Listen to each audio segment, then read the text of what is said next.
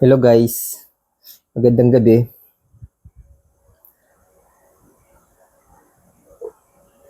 Regular na tubig yung iniinom natin. Siyempre palagok-lagok din lang. Kumain ako ng tawag doon sa tinapay, sa biskwit na yun, yung chocolate biskwit. Gabi na pero kumakain ako ng chocolate biskwit. Di ba delikado sa mga taong may GERD? Baka magkaroon ng reaction tapos gabi pwedeng magkaroon ng acid reflux. Marami ang mga may sakit ng tulad ng sa akin, yung GERD, na hindi pa nakakakondisyon na ingat sa pagkain, lalo na sa mga matatamis sa oras ng gabi. Kasi ang tendency magkaroon ng atake ng GERD sa gabi. Mahirap kasi magigising ka na hindi mo gusto yung nararanasan mo. Lahat ay makulay dito sa silangan. Gaganda mo'y gusto kong makamtan. Kailan ka masasala o makapitan? Pangarap ko ika'y aking mahagan. Paraiso dito sa aking kapaligiran. Berde at lantian, magandang mastan. Pag-usapan natin itong ganitong topic na ibibigay ko sa inyo kasi kailangan alam ito ng mga may sakit sa digestive system, sa GERD, saka yung mga dalas na nagkakaroon ng acid reflux.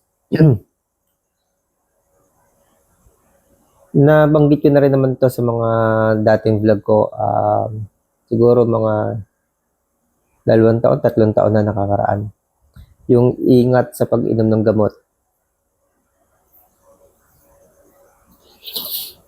Yung pagkain ko ng biscuit na matamis, chocolate, may kaugnayan ito sa pinag-uusapan natin.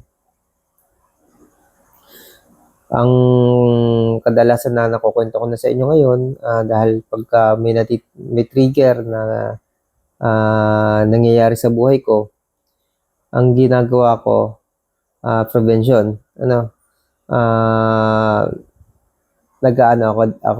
Umiinom ako ng pH 9, yung alkaline water.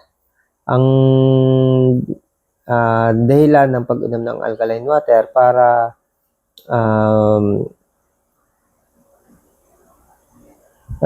mabalanse yung ating pH level.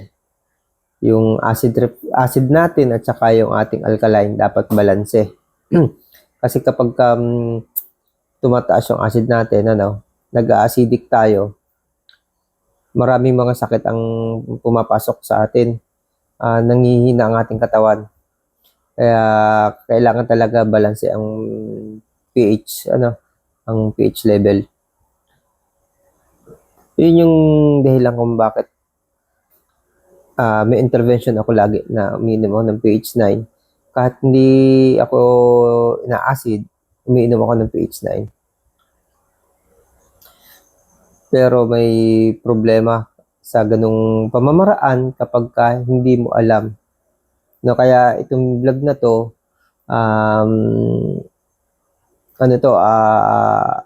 pinapaalam ko sa inyo. Baka kayo hindi nyo pa napanood yung video ko dati, last 2 years o 3 years ago, ang nakakaraan. Napag-usapan natin to. Binanggit ko na to o naging topic ko na ito sa isang vlog. Nanood kasi ako ng vlog din ng Jaffer Sniper.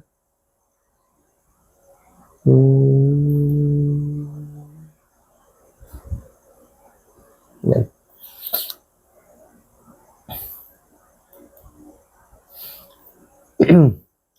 Kasi yung pag-inom natin ng gamot, na-allergy ako, katilo ko.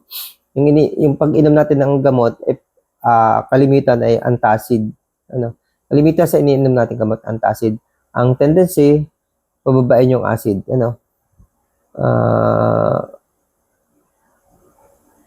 para mabawasan yung atake. Ano, yun yung dahilan kung bakit tayo umiinom ng gamot.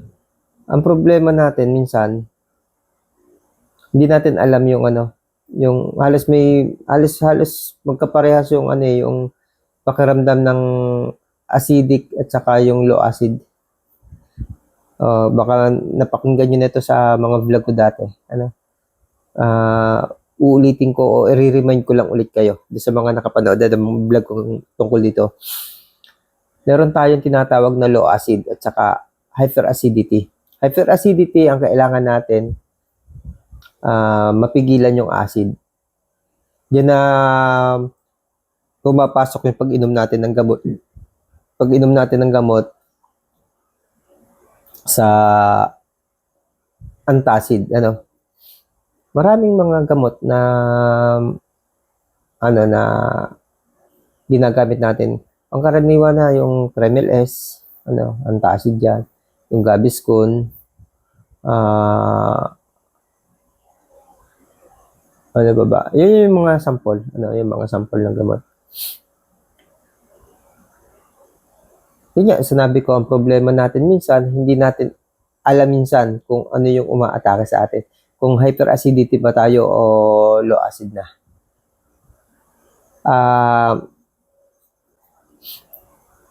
Kalimitan kasi sa hyperacidity, nag-a-acid reflux. Yun lang ang tatandaan nyo lagi ha. Pag hyperacidity kayo, kalimitan na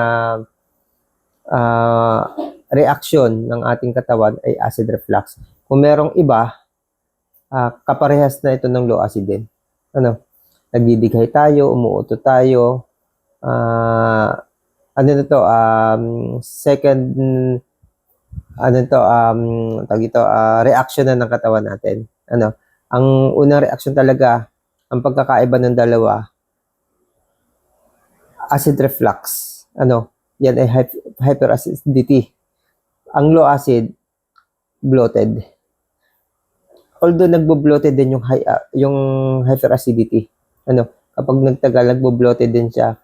Pero iba yung bloated ano ng acid reflux kasi kapag ninuman mo ng antacid yung bloated ng acid reflux nawawala din. Nawawala din.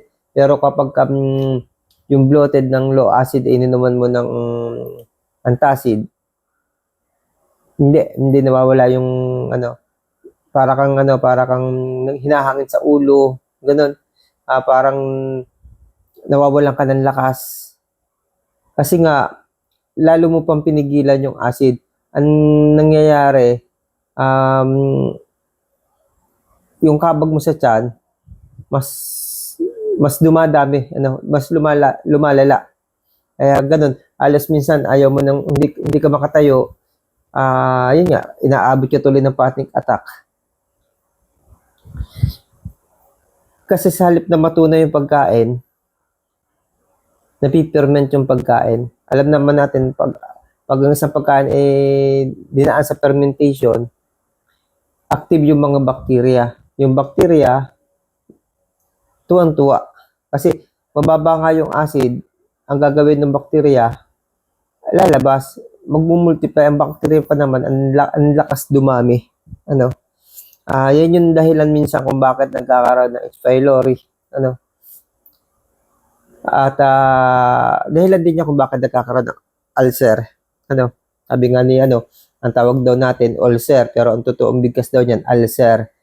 Pero sa ulcer na tayo kasi yun ang ating kinasanayan. Shout out kay Doc Atoy. Si Doc Atoy kung napakinggan niyo na yung ulcer. Ayun yung kasi yung bacteria kakapit sa lining kasi wala siyang kalaban. Takot siya kapag hyperacidity kasi matutunaw siya, maluluto siya, mainit kasi ang acid natin. Pero kapag lumabnaw, humina yung acid ng katawan natin, kaya na nung bacteria, lalo ng H. pylori, Yun yung ano, nagkakaroon tayo ng baret, nagkakaroon tayo ng sugat sa ating lining. Delikado yun. Delikado din yun. Kaya dapat alam natin yung mga nangyayari sa atin. Kung hyperacidity ka ba o low acid ka. Ayun kung bakit kumakain ako nung biscuit na tsokolate.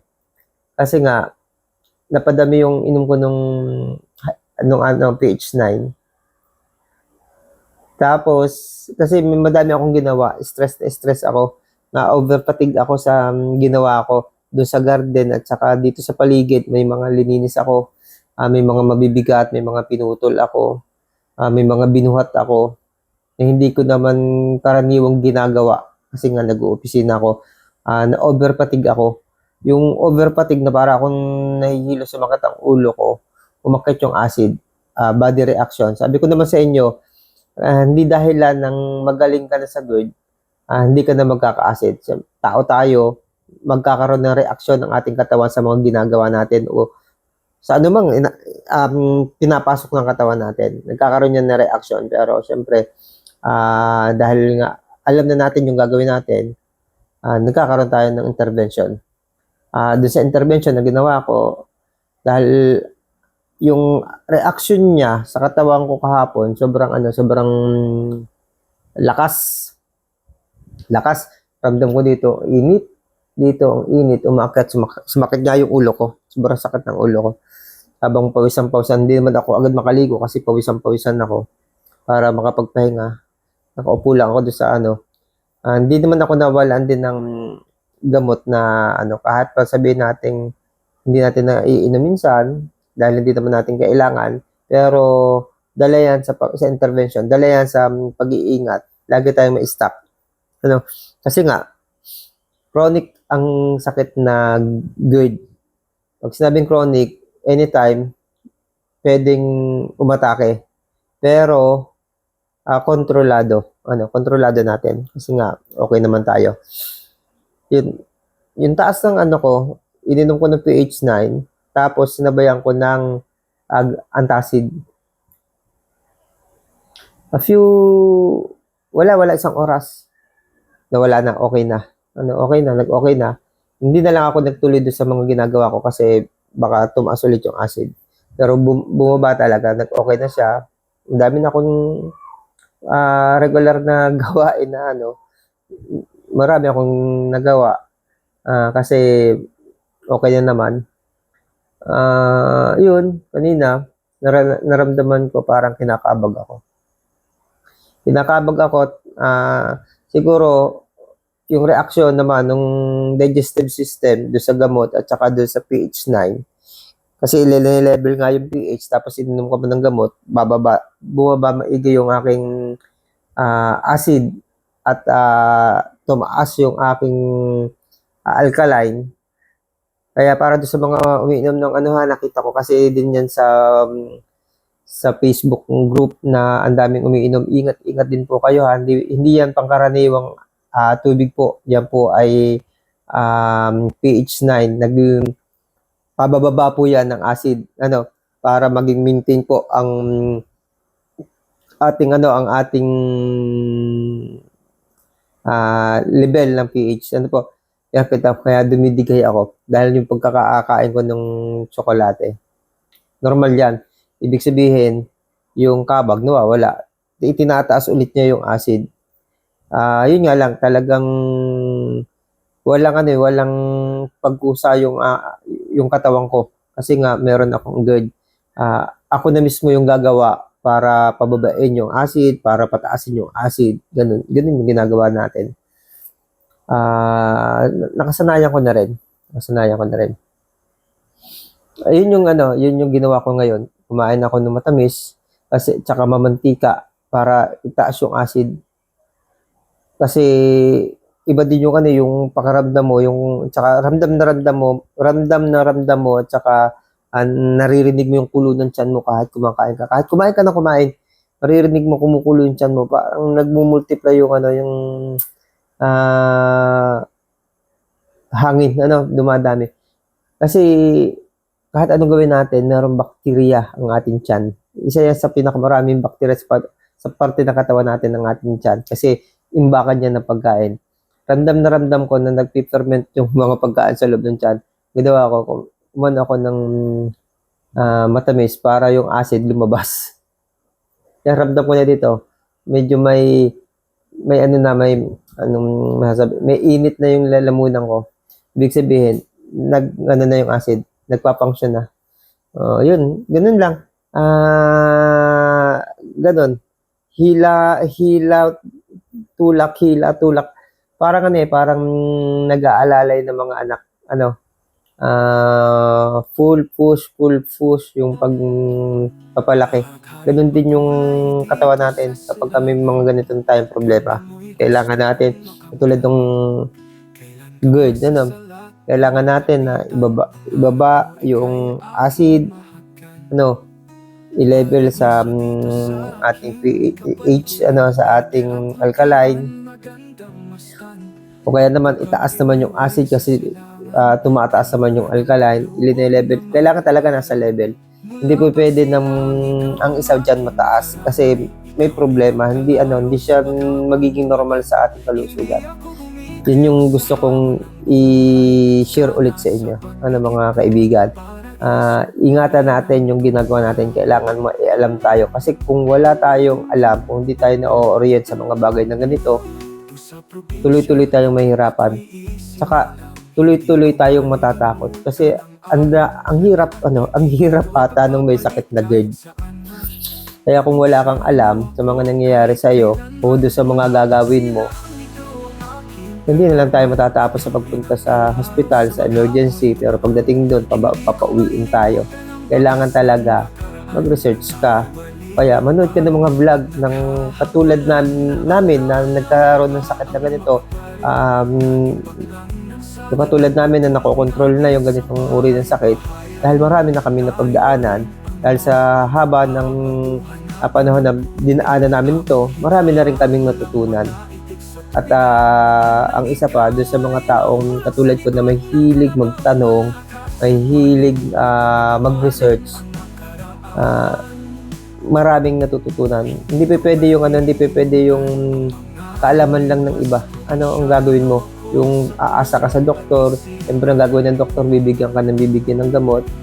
Walang mangyayari kasi naranasan ko yan. Ganyan din yung pinagdaanan ko sa mahabang panahon. Kaya dapat talaga may alam tayo. At itong kaalaman ko, sinishare ko sa inyo. Yan lang mga kaibigan. Kung hindi ka pa nakapag-subscribe dito sa channel ko, paki-subscribe at pakipindot na rin ng notification bell para lagi kang updated sa lahat ng video ng mga ginagawa ko. Ang video ko ay ayos kalimitan sa mga sakit na meron tayo. Bye-bye. Magandang gabi. Hindi ko ito'y papapalit kahit saan man. Probinsyano ako kahit kailanman. Numungaw.